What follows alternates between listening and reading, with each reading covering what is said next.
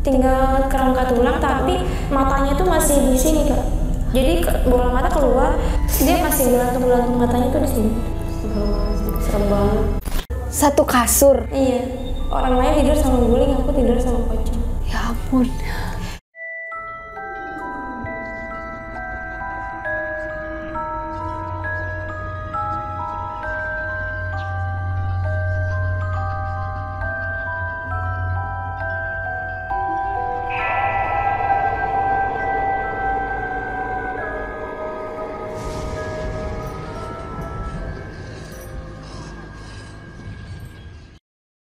Assalamualaikum warahmatullahi wabarakatuh. Selamat malam buat teman-teman semuanya. Terima kasih banyak buat teman-teman yang sudah mengklik video saya.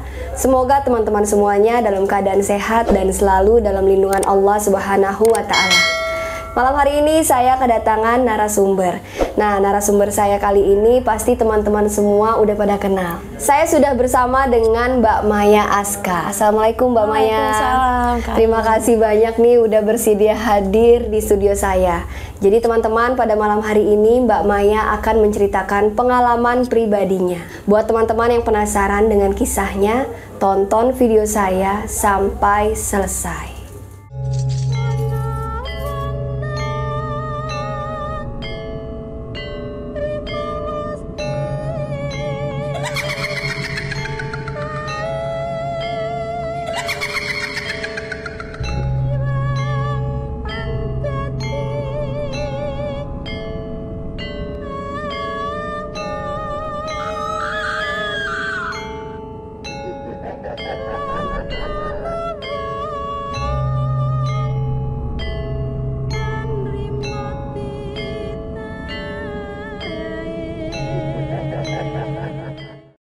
Pada malam hari ini saya sudah bersama dengan Mbak Maya. Jadi Mbak Maya mau cerita apa nih malam hari ini? Aku mau cerita kisah satu sosok yang menemani aku dari kecil, Kak. Oh, jadi ini perjalanan hidup dari Mbak Maya ya, Iya. teman-teman. Oke teman-teman, mari kita dengarkan kisah dari Mbak Maya Aska. Jadi aku ini kan bisa dibilang anak indigo lah ya, Kak. Iya. Yang bisa melihat mereka yang tak terlihat. Itu aku dari usia 5 tahun, Kak. Usia 5 tahun, awalnya tuh aku sakit. Aku sakit bener-bener nggak wajar sih kalau aku bilang ya. Aku sakit panas, itu selama 7 hari aku nggak sembuh. Mau dibawa ke dokter manapun itu tetap nggak ngaruh buat aku. Setiap malam jam 12 tuh aku step. Tapi stepnya bukan karena panas tinggi. Iya, itu tiba-tiba aja. Dan awalnya itu aku kaget karena makhluk yang aku lihat ini, aku pikir aku ada di dalam mimpi, Kak. Karena waktu aku tidur, pas aku sakit nih tidur di kamar, aku ngelihat di sudut pojokan kamar itu ada kayak bentuk siluet pocong gitu. Tapi belum nampak bener-bener yang pocong banget gitu kan. Namanya anak kecil, aku kaget dong ngelihat itu kan. Aku nggak bisa ngutarain ke mama, aku nggak bisa ngasih tahu ke mama gitu, cuma bisa nangis. Nah di situ aku tuh selalu diganggu kayak setiap hari tuh aku nggak boleh nggak nangis, jadi aku digoda sama dia tuh harus nangis gitu. Itu bener-bener mau maghrib pasti aku ngelihat keanehan di dalam rumah aku gitu kan. Aku dibuat nangis pada saat maghrib, terus nanti jam 12 juga aku nggak bisa tidur sampai jam 3 pagi.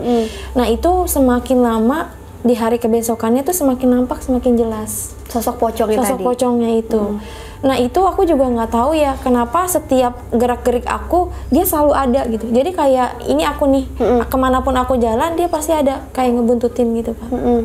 Tapi aku nggak bisa komunikasi sama dia gitu. Pas aku ngelihat ke hari kebesokannya lagi, itu bener-bener udah mulai menyerupai bentuk pocong yang aslinya gitu. Itu kain kafannya udah kotor, bener-bener udah dipendam lama gitu, Kak.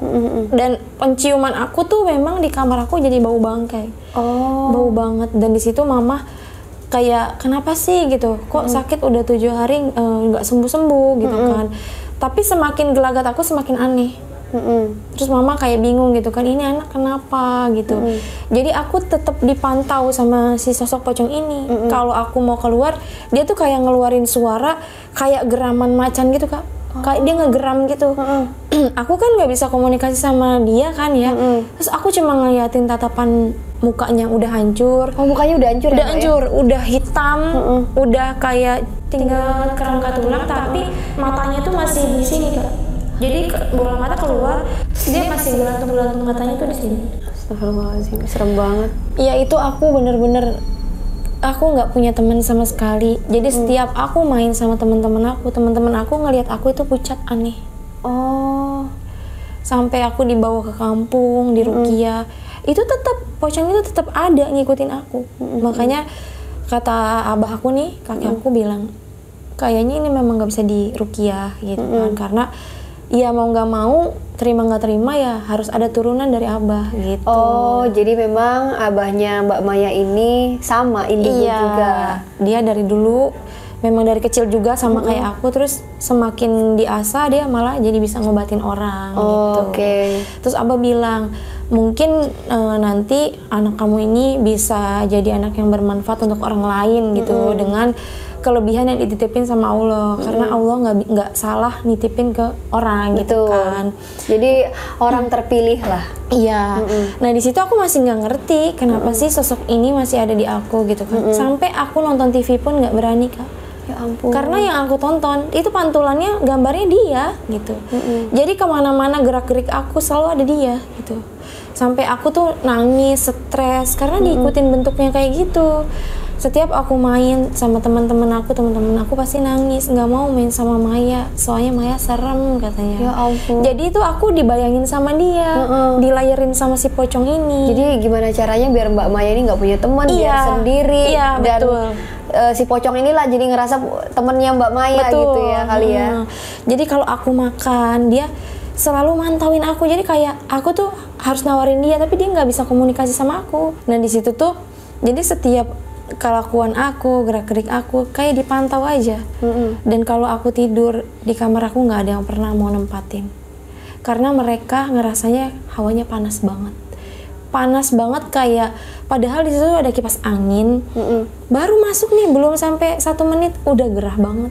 Jadi memang udah nggak ada yang boleh masuk kecuali aku. Kalau Mbak Maya ngerasainnya biasa aja. Justru ketika kipasnya aku matiin itu sejuk banget. Aku ngerasanya, aku sejuk banget di situ, sampai tidurku juga enak gitu di situ kan. Cuma yang bikin gak enak itu aku tidurnya di sampingin sama si pocong itu. Satu kasur. Iya. Orang lain tidur sama guling, aku tidur sama pocong. Ya ampun.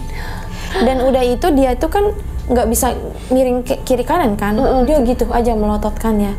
Jadi pas ketika aku nengok gitu, aku juga sempat kaget juga gitu kan setiap ngeliat dia. Jadi kayak aku tuh, ih jangan ngagetin gitu. Jadi kayak aku bener-bener ada yang nemenin tidur, udah biasa gitu kan.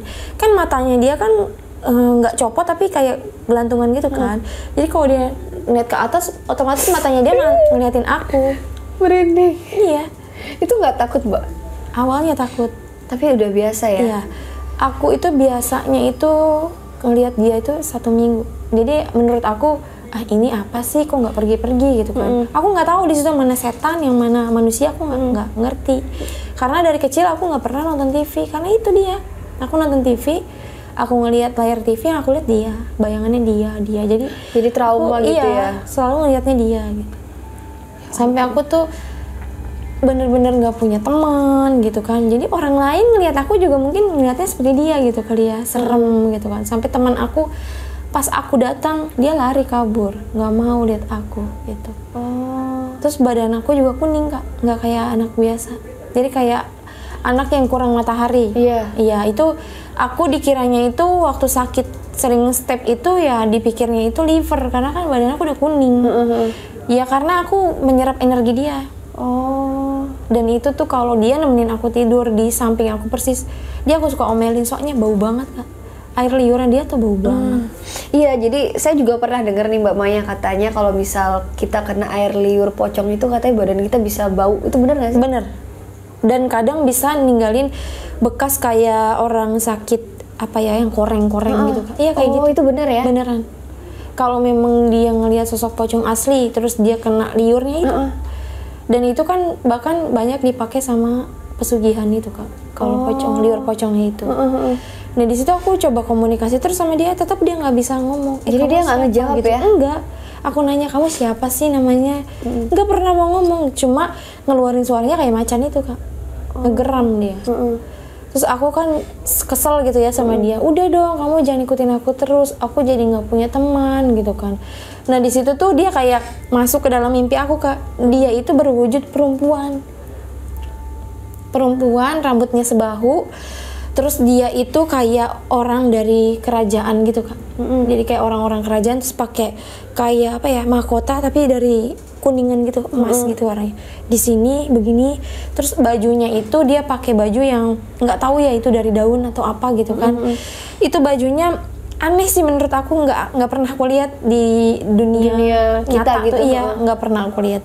Pokoknya bajunya itu baju gaun, cuma aneh gitu. Aku nggak bisa ngejelasin karena aku juga nggak tahu itu baju apa yang dia pakai. Dan dia bilang, dia bilang gini, aku yang selalu nemenin kamu, wujud aku cantik, kamu nggak usah takut gitu. Terus aku bilang enggak, kamu yang aku lihat kamu seram, kamu menjijikan gitu kan, bau gitu. Enggak, asli aku tuh kayak gini, nanti suatu saat kamu pasti tahu siapa aku, kata dia gitu. Ya udah kalau kamu mau berteman sama aku jangan ganggu aku, kamu dari jauh aja. Terus dia bilang nggak bisa karena aku udah nganggap kamu kayak adik, kata dia. Terus aku bingung kan, ini sebenarnya perempuan ini siapa gitu. Jadi aku tuh masih usia 5 tahun cuma kayak mikir keras gitu loh Kak. Anak 5 tahun gitu harusnya main, tapi ini udah mikir kemana-mana gitu. Nah selesai dari aku 40 hari ditemenin tidur, rutinitas aku tiap hari ngelihatnya dia, dan kebetulan nenek aku kan jual nasi uduk ya Kak. Jual nasi itu kan pagi-pagi banget kan. Ada salah satu pedagang sayur juga, jadi dia setiap pagi itu makannya selalu minta sama nenek aku dulu gitu. Jadi pulang dagang biasanya dia suka bayar atau entah nanti ya gitu, sampai seminggu baru dibayar gitu kan. Itu rutinitasnya kayak gitu terus. Dan itu banyak orang-orang yang bilang katanya ini dia dagang sayurnya ini ada pemakainya gitu kan. Ada pemakainya. Terus karena si ibu-ibu pedagang sayurnya ini cucunya dia teman aku main, aku nanyalah ke teman aku kan. Teman aku itu ya sebut aja namanya Sari ya kan. Aku nanya kan, Sari, nenek kamu itu kok selalu dagangnya ditemenin sama kera besar? Aku ngelihatnya kera, karena memang berwujudnya kera Kak. Terus dia bingung, apa sih nenek aku nggak punya kera, katanya gitu kan. Yang sering nemenin nenek aku jualan itu kakek aku, mbah aku, kata dia gitu kan. Oh mbah kamu kok kayak kera ya, karena emak aku ngeliatnya kera Kak. Jadi bener-bener lihat sosok kera besar gitu. Besar banget, dan itu injek-injekin sayurannya. Ya Allah. Terus dia kan kalau kera itu kan makanya rakus ya Kak. Iya. Itu sari-sari makanannya mungkin yang dia makan sama dia. 2 ekor besar hitam itu kayak lutung gitu ya, kayak kera lutung gitu. Kayak manusia, dia lari-lari ke sana ke sini ngajak-ngajakin sayuran. Di situ aku lihatnya itu. Terus aku bilang ke mama setelah aku ngadu ke dia kan, ke Sarinya. Terus aku bilang, "Mah, aku tadi main ke rumahnya Sari gitu. Kok mbahnya Sari kok dagangnya gitu ya, Ma? Ada keranya gitu kan." Terus mama langsung marah. "Kamu kalau ngelihat apa-apa jangan langsung diomong ke orangnya gitu kan. Yang kamu lihat itu bukan sewajarnya orang," katanya gitu. "Iya memang bukan orang, itu kan kera Mah," gitu kan. Duh mama tuh susah ngejelasin ke aku kan, karena aku emang nggak ngerti. Jadi emang masih polos ya, nggak ngerti juga. Jadi apa yang dilihat ya udah disibutin gitu. Aku selalu nyebutin gitu. Terus jadi nenek aku di situ mungkin mau ngejelasin ke aku juga bingung kali ya Kak. Karena masih anak-anak, belum ngerti yang kayak gitu-gitu gitu kan. Terus nenek aku bilang, "Iya itu ininya, peliharaannya," gitu kan. Cuma yang bisa lihat cuma orang-orang tertentu gitu kan. Kenapa kayak gitu? Aku kan nanya lebih jelas lagi kan. Karena orang-orang kayak aku pasti nanyanya lebih detail kan. Iya benar. Karena kritis. Aku nggak ngerti gitu kan. Ya udah pokoknya nggak boleh bilang kemana-mana gitu kan. Soalnya kan itu monyet besar, takutnya nanti ngelukain orang gitu kan. Gitu. Dibohonginnya gitu. Terus oh gitu ya Mak. Iya nggak boleh ya gitu, nggak boleh ngomong-ngomong lagi gitu kan. Tapi Mak sama Mama jangan beli sayur di situ ya, soalnya peliharaannya itu injek-injek sayurannya, katanya gitu kan. Terus Mama bilang ya udah nanti kita nggak beli di situ gitu kan. Nah berjalannya waktu itu kan aku mulai sekolah ya kak. Itu aku sekolah pas SD, memang aku mainnya sama si ya sebut aja Sari ini kan, aku mainnya memang sama dia. Nah di situ tuh aku diajak main sama Sari di rumahnya. Di rumahnya Sari itu ada satu kamar yang nggak boleh dibuka pintunya. Aku itu pas baru masuk banget ke rumahnya Sari, itu auranya udah pusing kak. Kepala aku kayak diputer-puter kayak vertigo. Itu aku sampai megang lantai gitu kan. Aduh Sari, kepala aku sakit gitu kan. Kenapa? Minum gitu kan, namanya anak kecil ya. Dibawain air kayak aqua gelas itu, aku minum tuh. Aku kayaknya nggak mau main di sini deh, soalnya rumah kamu berputar. Aku ngerasa memang berputar kak. Terus nggak apa-apa katanya gitu kan. Neneknya keluar tuh kak, yang tukang sayur itu kan. Terus dia bilang, ya udah Do, mainnya di depan aja gitu, jangan di sini gitu. Karena neneknya mungkin udah curiga sama aku gitu kan. Terus pas aku disuruh keluar, aku bilang, Sari, itu kamar apa sih? Kok digembok gitu kan? Itu nggak ada yang tidurin ya gitu. Sana Do, mainnya jangan di sini. Aku semakin dilarang tuh sama mbahnya kan. Aku main di luar, aku denger ada suara orang teriak kenceng banget kak. Di dalam kamar itu? Iya, dari rumahnya dia. Sari, ibu kamu kenapa tuh gitu kan? Kok teriak? Mungkin jatuh kali Sari gitu kan. Enggak, aku udah nggak punya ibu aku udah meninggal katanya gitu. Hah, ibu kamu udah meninggal? Bukannya kemarin kamu dijemput sama ibu kamu ya? Karena aku ngeliat dia dijemput memang sama ibunya kak. Aku nggak dijemput, aku pulang sendiri kan. Aku merinding deh kalau inget. Jadi pas gini kak, aku kan sekolah SD itu aku jarang banget dijemput sama mama karena mama kan kerja ya, bikin kue kan. Jadi aku pulang sendiri, aku ngelihat si Sari ini memang kayak digandeng gitu sama ibu-ibu. Aku ngeliat ibunya Sari itu. Cuma ya aku nggak tahu Sari tuh ngobrol atau gimana, aku nggak karena aku ngeliatnya cuma sekilas dia dijemput aja gitu kan. Terus aku bilang, kemarin kamu bukan dijemput sama ibu kamu ya? Enggak, ibu aku udah meninggal.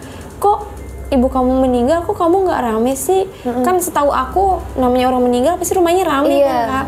Iya, ibu aku langsung dibawa ke Jawa katanya gitu. Jadi nggak ada yang tahu nih mbak? Iya, nggak ada yang tahu, tetangga juga nggak ada yang tahu.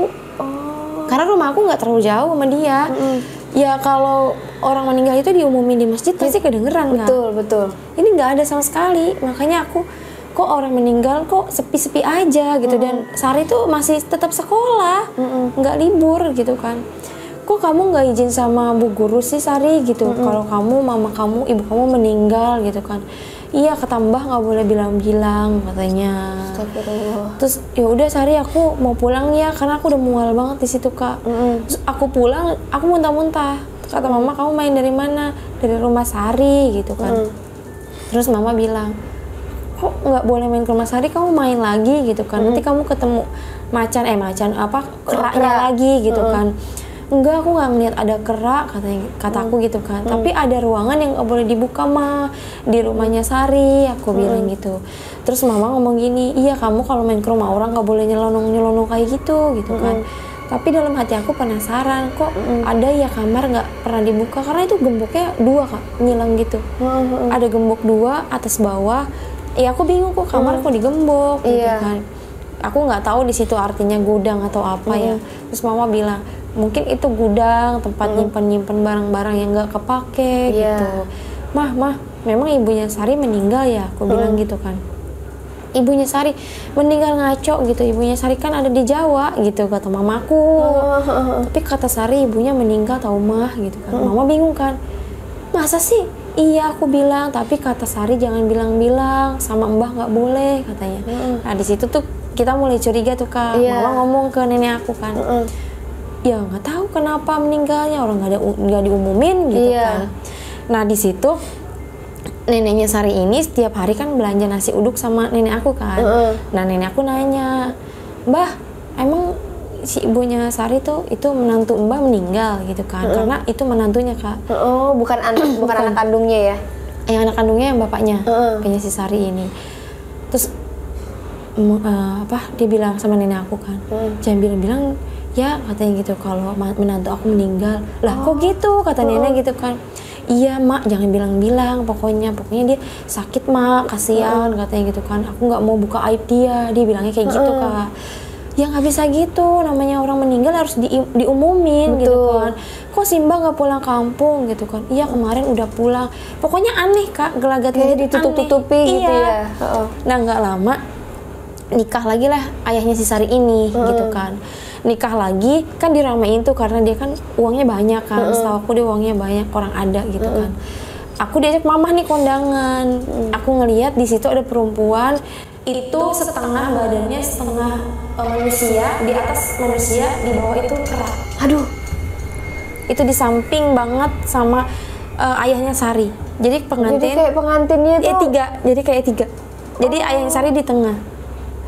Aku nggak mau gitu kan. Aku takut gitu. Terus dia tuh yang gimana selayaknya monyet ya Kak. Gerak-geriknya monyet banget tapi mukanya muka perempuan manusia. Aku bingung terus mama, ayo gitu salaman, nggak mau, aku nangis. Sampai neneknya itu mungkin naruh curiga juga nih sama aku kan. Karena si Sari mungkin sering cerita kalau aku aneh, suka ngomong sendiri gitu kan. Terus dia bilang ke mama aku, "Pok udah pulangin aja daripada ketakutan tuh sawan sama pengantin." Dia bilangnya gitu. Aku dibawa pulang nangis. Kata mama, "Kenapa sih kalau diajak kemana-mana suka malu-maluin?" Gitu kan kata mama. "Enggak Ma, itu di samping ayahnya Sari ada kera tapi mukanya muka perempuan manusia gitu." Aku bilang kan, "Ah aneh-aneh aja, jangan kayak gitu kan, nggak boleh mikir yang aneh-aneh gitu." Menurut mama aku tuh mengada-ngada gitu. Iya, masih dibilang aneh nih. Iya, masih dibilang aneh gitu kan. Jadi selang beberapa bulan itu Kak, isi istri keduanya ini itu katanya sih abis bebersih kamar yang nggak boleh dimasukin itu. Ya namanya dia nggak ngerti ya Kak. Iya. Dan itu posisinya kan pintunya memang nggak dikunci mungkin. Nah dia sebagai menantu ngerapihin, semuanya dirapihin mungkin sama dia kan. Itu katanya si Sari sendiri yang cerita sama aku. Kan itu beberapa bulan kemudian dia meninggal lagi kan, si istri keduanya ini. Aku nanya, "Sari kok mama kamu kok meninggal lagi?" gitu kan. "Iya soalnya mama jatuh habis ngepel kamar itu." Dia bilang gitu kan. "Loh kok abis ngepel jatuh langsung meninggal?" gitu kan. Iya karena di situ emang aku ngelihat itu waktu aku main pintunya kan nggak digembok Kak. Terus aku bilang, "Sari itu kamar apa sih?" gitu kan. "Iya jadi dia lagi ngepel di kamar ini." gitu. Namanya anak-anak ya aku jalan dong berdua sama si Sari nih. Karena Sari juga nggak pernah ngeliat kamar itu Kak. Nggak pernah ngeliat sama sekali. Nah hari itu lagi nggak dikunci. Iya karena si mbah lakinya itu di belakang rumahnya lagi ngerokok gitu kan. Awalnya sih aku ngelihat si mbahnya tuh kayak udah ngelihat kita, cuma mungkin mbahnya nggak kepikiran kalau kita masuk ke kamar itu gitu kan. Dibuka sama Sari, kita kaget tuh karena Sari ini kagetnya kok ada bangku kursi kayak pengantin, terus ada payung-payung gitu kan, kayak bener-bener ornamennya pengantin gitulah. Nah aku kaget di situ ada dua kera sepasang cewek sama cowok yang aku lihat pertama kali yang di nikahan mamahnya ini. Itu ada tapi satu lagi ada cowoknya juga. Jadi mukanya manusia, badannya kera. Nah itu lagi bersetubuh gitu kan. Aduh, aku sampai kaget gitu kan. Sari aku takut gitu karena memang kerahnya besar banget, dan di situ tuh aku udah pusing banget kan. Terus Sari bilang nggak ada kera, aku nggak melihara kera gitu kan. Tapi itu ada, aku gituin kan. Ditutup lah sama si Sari kan. Kita lari ke depan. Si mbahnya baru ngelihat kita. "Dari mana Dok?" gitu kan. "Awas ya jangan masuk ke situ loh." gitu. Dia tuh kayak marah banget gitu Kak. Dan di situ tuh bener-bener ada sesajen. Jadi ada sajennya, ada kursi pengantinnya, ada payungnya, dan itu warnanya hijau sama kuning. Jelas banget itu. Jelas banget. Itu lampunya juga lampu-lampu ayam, lampu kuning. Iya, itu yang ditaruhin itu. Jadi bener-bener nggak boleh terlalu terang, nggak boleh ada yang merapikan selain si mbah ceweknya dia. Gitu. Nah aku pulang karena aku cerita sama mama nggak ditanggepin kan. Kata mama, lagi-lagi ceritanya aneh gitu kan. "Udahlah kamu nggak usah mikir yang aneh-aneh" gitu kata mama. Aku berat ya. Berat. Iya. Terus gimana dong? Ya nggak apa-apa. Bismillah. Jadi aku cerita sama mama. Terus mama bilang kalau ada apa-apa nggak usah diceritain gitu kan. Kamu diem aja, nggak boleh ngomong-ngomong ke orang-orang gitu. Terus kalau bisa kamu jangan ke rumahnya Sari lagi. Mama tuh rawan banget, takutnya abis aku ke situ namanya anak kecil nggak ada sopan santun, nyelonong kan. Takutnya aku yang dijadiin ya amit korban selanjutnya gitu kan. Nah di situ nggak lama kemudian itu habis menantunya meninggal, simbahnya nih sakit Kak. Simbahnya sakit, jadi dari jempol kakinya doang. Jempol kakinya itu kayak luka kena paku, tapi dia rasa setiap malam tuh sakitnya bukan main. Sampai yang tadinya badannya gemuk, simbahnya sekarang udah kurus banget gitu kan. Waktu simbahnya sakit ini kan, itu katanya diobatin, memang simbah punya perjanjian. Tapi ya kita juga nggak bisa suzon ya. Itu perjanjian apa gitu kan. Nah di situ simbahnya itu sakitnya cuma 2 bulan atau 3 bulan, simbahnya meninggal. Simbahnya meninggal. Nah ada kejadian aneh setelah simbahnya meninggal. Jadi simbahnya ini kan dulunya suka makan nasi uduk sama nenek aku, terus bayarnya nanti gitu kan. Dicatat sama nenek aku, ya hutang lah itu kan jatuhnya kan. Nah setiap neneknya si Sari ini makan, terus nanti ya mak gitu bayarnya sama nenek aku, dicatat lah. Dan nenek aku tuh mikirnya gini, mau nagih nggak enak, nggak ditagih kasihan, takutnya namanya penyakit kan kita nggak tahu tiba-tiba kita meninggal punya hutang gitu kan.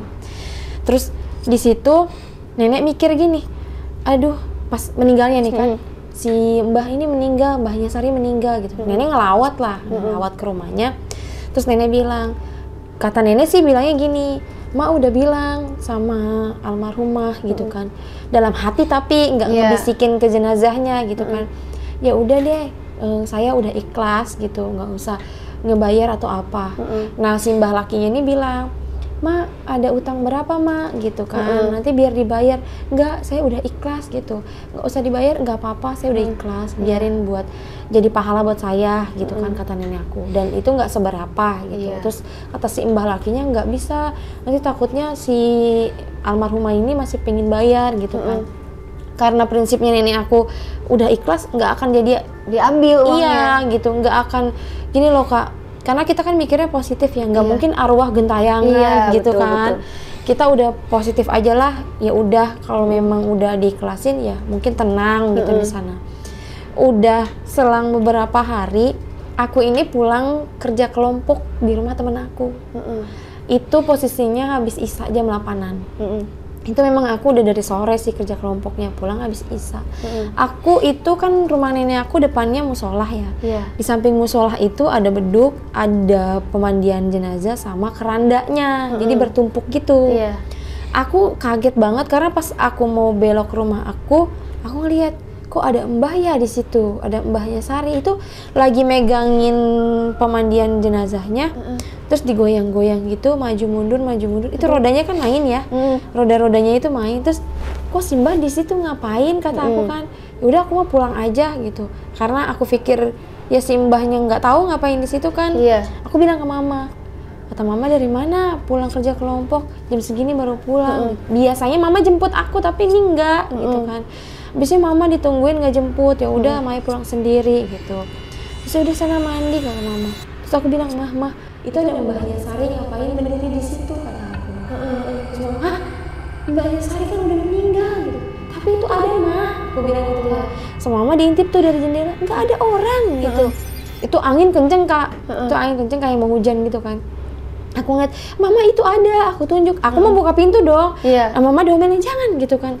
Udah sana mandi. Aku nggak berani mandi karena aku abis ngeliat itu kan. Aku pikir aku nggak mau mandi, takutnya nanti aku lihat lagi di kamar mandi aku kan. Ma aku nggak mau mandi, ya udah nggak usah mandi, udah malam juga gitu kata mama. Sana ganti baju, aku ganti baju, nenek nanya, Mang Maya lihat apa gitu? Ada si mbah pakai kain batik, pakai baju polos, berdiri di deket beduk sambil megangin keranda, katanya gitu. Terus nenek aku cuma nunduk, agak melengos gitu ke aku. Terus dia bilang, kenapa ya ini anak bisa ngelihat kayak gitu? Kirain nenek bisa ngelihatnya setan doang gitu. Ternyata yang dibilang arwah itu atau korin itu aku bisa lihat gitu kan. Terus nenek bilang, lagi gimana dia? Lagi berdiri aja gitu kan. Mukanya gimana? Mukanya sih pucat, aku bilang gitu kan. Tapi aku nggak tahu kalau mbahnya Sari udah meninggal, aku lupa gitu kan. Karena dibawa ke Jawa kan. Nah di situ beberapa hari kemudian aku pergi kondangan sama keluarga aku, pulang malam Kak, jam 11:30 malam. pulang jam setengah 12 malam, itu udah posisi gerimis, udah turun hujan, nenek mau sholat tahajud, mau sholat hajat juga di situ. Terus nenek bilang, anterin yuk mau ngambil wudhu, karena nenek kan jalannya udah nggak terlalu bisa kalau nggak dituntun gitu kan. Iya. Terus kan udah gitu kan rumahku masih kompa, airnya tuh masih dikompa gitu. Jadi nenek kalau mau wudhu ya kita yang ngompain gitu kan. Terus mamaku bilang, segan mak udah jam segini gerimis gitu kan, takut gitu karena kamar mandi kita emang udah langsung tembus ke awan gitu, nggak ada atap. Iya, nggak ada atapnya, rumah zaman dulu kan. Iya. Terus nenek bilang ya udah deh gitu kan, nggak usah sholat dulu deh kata nenek. Nggak lama kita masuk dong mau tidur kan, kita mau tidur. Di situ baru banget kita masuk ke kamar ada suara ketokan pintu. Tapi ngetoknya bukan tok tok tok gitu, enggak. Ini ngetoknya tok, berhenti. Itu aku, mama sama ayah di dalam kamar itu nggak dengar. Terus nggak lama nenek keluar jalan pelan-pelan, aku dengar, mah suara emak tuh jalan gitu kan. Terus mamaku keluar, mau kemana mak? Tuh dia ngetok-ketok bukain gitu kan. Enggak udah jam segini, mungkin itu buntut cicak atau tikus gitu kan. Soalnya pas kita dengerin nggak langsung ngetok lagi, jedanya lama gitu kan. Masuklah nenek aku ke kamarnya lagi. Nah nenek aku ini tidur sama kakaknya mama yang bisu, nggak bisa ngomong. Nah di situ kan namanya orang bisu pasti nggak dengar juga. Ya, dia tetap tidur gitu, tetap tidur. Terus nenek aku tidur, aku masuk ke kamar, bunyi lagi tok. Setelah bunyi itu langsung suara kayak suara ayam berkokok kak. Tapi suara ayamnya tuh kayak model ayam ketawa gitu loh kak, kayak kunti jadinya. Jadi ujung-ujungnya tuh panjang banget. Nah ayah bilang astagfirullahaladzim,